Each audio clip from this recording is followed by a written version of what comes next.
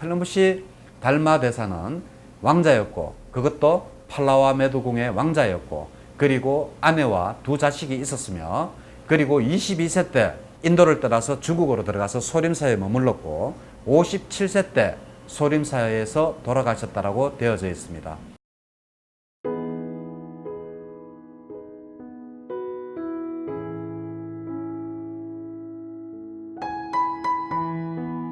안녕하십니까. 마음치유행복도량 대구구룡사조지 도일입니다. 오늘은 보디다르마 즉 달마대사에 대해서 말씀을 드리고자 합니다. 이 보디다르마 지금 이렇게 사진에 보시면 굉장히 무섭게 생기고 좀 그렇죠. 그런데 이 보디다르마 즉 달마대사에 대해서 여러 가지 설들이 있습니다. 그래서 저는 오늘 이 달마대사에 대해서 정리를 조금 하고자 합니다. 이 달마대사에 대해서 여러 가지 설들이 있는데 그 중에서 가장 대표적인 거 몇 가지만 들어보겠습니다. 달마대사, 눈이 부리부리하고 무섭게 생기는 것은 수행을 할 때 졸음을 막기 위해서 자기의 눈꺼풀을 잘랐다. 이제 이러한 설도 있고 또 달마대사가 이렇게 무섭게 생기는 이유는 그 수행 중에 이제 유체 이탈을 했는데 그 사이에 곤륜산에 사는 선인이 달마대사의 그 몸을 차지를 해가지고 어쩔 수 없이 몸을 바꿨는데 그 몸이 바로 지금 현재 달마대사의 이러한 모습이다 라고 하는 설도 있고 그리고 성녀들의 그 건강을 위해서 뭐 소림사로 가서 소림권을 창시를 했다 이런 설들도 있습니다. 그래서 역건경이라고 소설에 가장 많이 나오죠. 절대 고수들의 그 무술입니다. 역건경이. 근데 이것이 바로 달마대사가 창시했다라는 그러한 내용도 있습니다. 그리고 양무제를 만난 이후에 양무제가 공덕이 있느냐 없느냐 이것을 물었을 때 공덕이 없다라고 해서 뭐 독사를 당했다 이러한 설들이 있습니다. 그러면 이 도대체 달마대사는 도대체 보디다르마입니다. 달마대사는 어떠한 사람인가에 대해서 한번 알아보도록 하겠습니다. 이 달마대사는 인도의 28대 종조입니다. 그리고 중국에서는 1대조가 되죠. 그리고 나서 중국에 와서 나중에 양무제와의 만남이 있었다고 그랬죠. 그때 양무제가 바로 달마대사에게 이렇게 묻습니다. 내가 지금 1000개의 절을 짓고 1000개의 탑을 쌓았는데 그리고 많은 스님들에게 공약물을 올렸는데 그 공덕의 크기가 도대체 얼마냐 이렇게 하니까 이 달마대사가 공덕이 없습니다 라고 이야기를 합니다. 그러니까 양무제가 약간 화가 났겠죠. 아니 그럼 어째서 공덕이 없다라고 하느냐 라고 하니까 바로 달마대사는 또 이러한 것들은 속세에 인과응보에 불과할 뿐이지 진정한 공덕은 아니라 이렇게 이야기를 합니다. 그러니까 다시 이제 그 양무제가 조금 더 화를 내면서 그러면 진정한 공덕이란 도대체 뭐냐 이렇게 물을 때 달마대사가 그렇습니다. 청정한 지혜로 오묘하고 원만하여 본체가 비고 있어 고요하니 이러한 공덕이야말로 바로 세상의 법으로는 구할 수가 없는 것입니다. 즉 다시 말해서 본래가 비어져 있다. 바로 공사상이죠. 반야사상입니다. 반야사상의 핵심은 바로 공사상입니다. 예, 그래서 달마대사가 이야기한 것은 바로 이 공사상, 반야사상을 이야기를 한 것입니다. 그러니까 양무제가 다시 묻습니다. 좋다. 그러면 불교 가운데서 제일 그러면 첫 번째로 성스러운 것은 뭐냐? 이렇게 물으니까 달마대사는 또 말씀을 하죠. 우리 불교에도 전년 성스러울 것이 없다라고 이야기를 합니다. 이러니까 양무제가 이제 너무 열이 받죠. 그러니까 이제 달마대사한테 하는 이야기가 그러면 내 앞에 서 있는 당신은 누구냐? 라고 하니까 달마대사가 그것 또한 나도 모르겠습니다. 이렇게 했다라는 그 일화가 있습니다. 이것은 철저하게 그 반야사상, 그러니까 반야경이죠. 반야부 사상을 반영한 것입니다. 반야부라고 하면 공사상입니다. 그래서 반야부의 가장 핵심적인 경전이 바로 반야신경이고, 거기에 보면 전부 다 공, 무, 이렇게 공하다, 없다, 뭐 이런 식으로 나오는 게 바로 반야부죠. 그죠?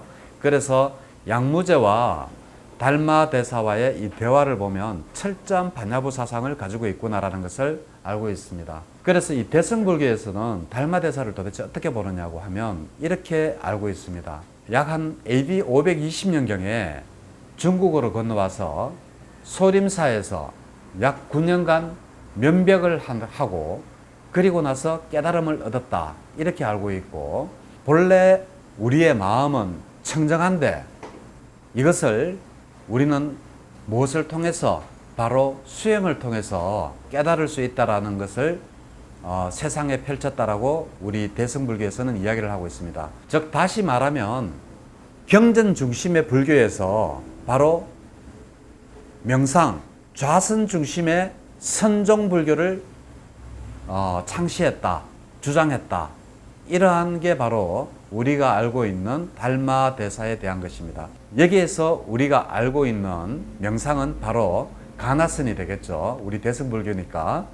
그런데 선불교의 유래로 알려진 대범천왕문 불결의경이라는, 거기에 보면 여마시중을 선불교의 근거로 들고 있습니다. 그런데 실제로 학계에서는 어떻게 인정을 하고 있는가 하면, 선불교는 중국의 불교가 전래되면서 도교, 그러니까 도가 철학과 결합이 되면서 형성된 사상적인 한 갈래로 여기고 있다는 게 학계의 100%의 정설입니다. 그래서 우리가 알고 있는 선불교 화두선은 이러한 달마대사와 전혀 상관이 없다, 여마시중과 상관이 없다라는 것입니다. 달마대사가 그러면 선불교를 전래했다는 기준과 정면으로 배치가 되지 않느냐라고 이렇게 물으시는 분들도 있을 겁니다. 그런데 실제로 이 경전에 보면 보리달마라는 사람이 최초로 등장하는 책이 바로 낙양가랑기라는 책이 있는데, 이 책에 대한 달마대사에 대한 기록은 다음과 같습니다. 이 책이 발간된 시기는 AD 6세기경입니다. 그러니까 달마대사가 5세기경에 왔다라면 벌써 한 1세기경이 지난 후가 되겠죠. 그래서 낙양가랑기에 나오는 달마대사는 어떤 식으로 설명이 되어 있는가 하면, 달마대사는 서역에서 온 사람이다. 서역이라고 하면 인도, 파키스탄 맞죠? 그래서 보리달마라는 사문이 있었는데 페르시아 태생이라고 합니다. 그런데 여기가 잘못된 것입니다. 나중에 제가 다시 말씀을 드리겠습니다. 페르시아 태생인 호인이다. 그리고 멀리 변경지역에서 중국에 막 도착하여 탑에 금반이 햇빛을 받아 빛나고 광명이 구름을 뚫어 쏟아지며 풍경이 바람에 울려 허공에 메아리치는 것을 보고 그는 찬탄하고 분명히 이것은 신의 조화라고 말하면서 그 공덕을 찬양했다라고 이렇게 낙양가랑기에 적혀져 있습니다. 그리고 거기에 보면 또 그가 나이가 150세로 많은 나라들을 돌아다녔지만 이토록 훌륭한 저런 이 세상에서 보지 못했으며 부처님의 나라를 가더라도 이만한 곳은 아닐 것이다 라고 적혀져 있으며 나무라고 읊으며 며칠이나 합장을 계속했다라고 낙양가랑기에 적혀져 있습니다. 참 엉터리죠, 그죠? 정말 엉터리입니다. 나무는 바로 귀한다라는 뜻입니다. 그래서 이러한 이야기가 낙양가랑기에 최초로 달마대사에 대해서 나오는 이야기가 되겠습니다. 자, 제가 그러면 여기에서 왜 너무 엉터리라고 했느냐 라고 이야기를 한다면, 바로 캄베츠 토무라는 일본 학자입니다. 거기에 보면 보디다르마, 달마대사라는 그의 저서가 있습니다. 거기에 보면 이 달마대사는 인도 타밀나루에 있는 옛 왕국 수도인 칸치푸름이 바로 보디다르마의 출생지라고 이야기를 하고 있으며 팔라와 메도궁이라는 그 궁의 왕자였습니다. 부처님께서 카필라성의 성주의 아들이었듯이 이 보디다르마도 바로 팔라와 메두 성이라는 그 성주의 아들이었다는 것입니다. 그리고 결혼을 했으며 그리고 두 자식이 있었다라고 캄마처토부의 저서인 보디다르마에 보면 그렇게 기록이 되어져 있습니다. 사람들이 굉장히 지금 제 이야기를 듣고 무슨 저런 이야기를 하느냐라고 하겠지만 많은 가설들이 있습니다. 아까 조금 전에 제가 말씀드렸듯이 낙양가랑기라든지 이러한 경전의 책에 보면 150세까지라고 하지만 저는 그러한 내용을 믿지 않습니다. 그렇지만 현대 캄베츠토무의 보디다르마에 보면 그는 틀림없이 왕자였고 그리고 타밀족이었습니다. 타밀족은 얼굴 생김새가 굉장히 틀립니다. 제가 스리랑카에서 공부할 때 거기에 많은 타밀족들이 삽니다. 그 타밀족들 얼굴이 달마대사 얼굴과 거의 비슷합니다. 얼굴이 굉장히 검고 무섭게 생겼습니다. 남자들이 좀 무섭게 생겼으면서 항상 여기에 수염을 이렇게 기릅니다. 수염을 항상 이렇게 기르고 그래서 달마대사의 얼굴과 거의 유사합니다. 그래서 이 캄베츠토무의 저서에 보면 이 보디다르마에 보면 달마대사가 결혼을 했고 바로 2명의 아내와 자식이 있었다라고 되어져 있고 여기에 달마대사가 태어났는 캄치푸르남이라는 지도가 제가 지금 이렇게 보여드리고 있습니다. 그리고 그의 궁전인 팔라와메두도 궁전의 지금 사진으로 지금 나가고 있죠. 이러한 것들이 바로 사실이지 않을까라고 생각합니다. 그리고 이 캄베츠토무는 또 어떠한 것을 주장하는가 하면 22세 때까지 바로 타밀 지역에 머물다가 중국 소림사로 떠났다라고 합니다. 22세 때 떠나서 57세로 소림사에서 죽었다고 합니다. 그러니까 AD 483년에서 540년까지 사셨다라고 이렇게 기록이 되어져 있습니다.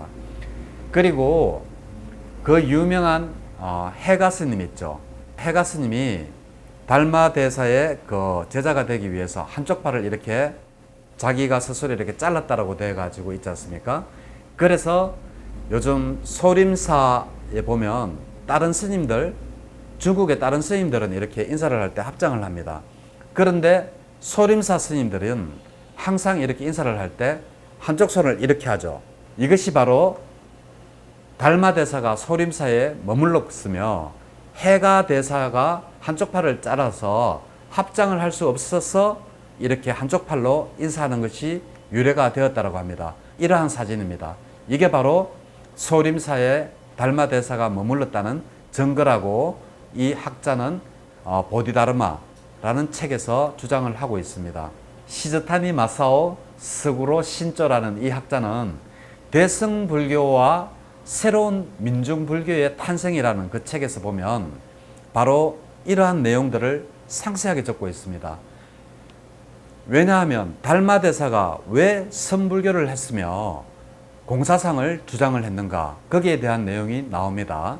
첫 번째로 그 타밀 지역 밑에 보면 크리슈나강 이남 지역은 부파 불교 때 반야경의 최초의 경전이 되는 소품 반야경이 가장 이렇게 널리 유포가 되었던 지역이라고 합니다.